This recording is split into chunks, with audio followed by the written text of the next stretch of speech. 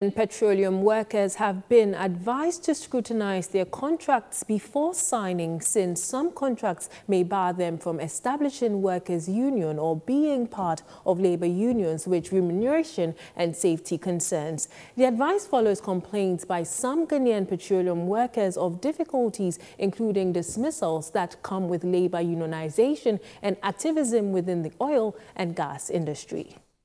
To review the challenges and the successes with the implementation of the local content law after its passage, Friends of the Nation, a lead socio-environmental civil society organization, has met the leadership and members of the General Transport, Petroleum and Chemical Workers Union in Sekondi.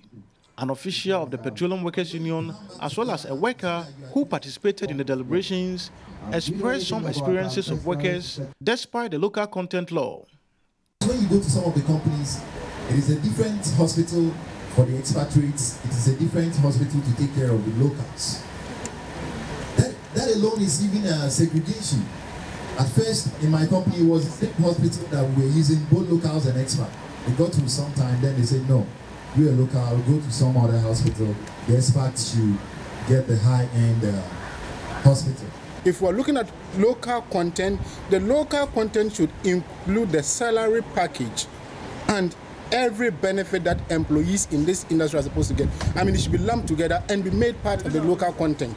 Then we'll know that this is a different industry that has its own levels of risk, it has its own levels of labor turnover and everything. Then when you are in it and you are taking that befitting reward, then you are taking it. But as to what we are going through now, I mean, to me, to some extent, it's an exploitation. The Petroleum and Chemical Workers Union Western Regional Industrial Relations Officer, Richard Hansen, believes oil companies' crackdown on unionization, as well as the inactive state regulators, is to be blamed.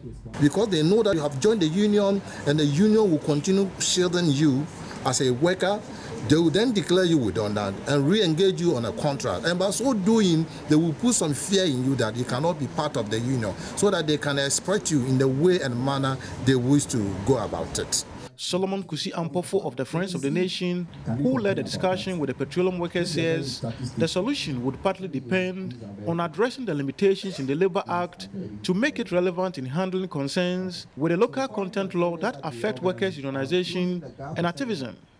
We have a freedom of association. I believe that these are the key things that we should address. We should allow people to form unions, because that serves as a mouthpiece for them to be able to engage management to negotiate for better working conditions. That they should also scrutinize their contracts, because we understand that for some of their contracts it is stated that you will not be allowed to form any union. But this is one of your rights as a worker, that you have the right to form a union, and that will help you to be able to negotiate for better working conditions. For Versatile News, I am Kwesi Eje Enim, Sekondi.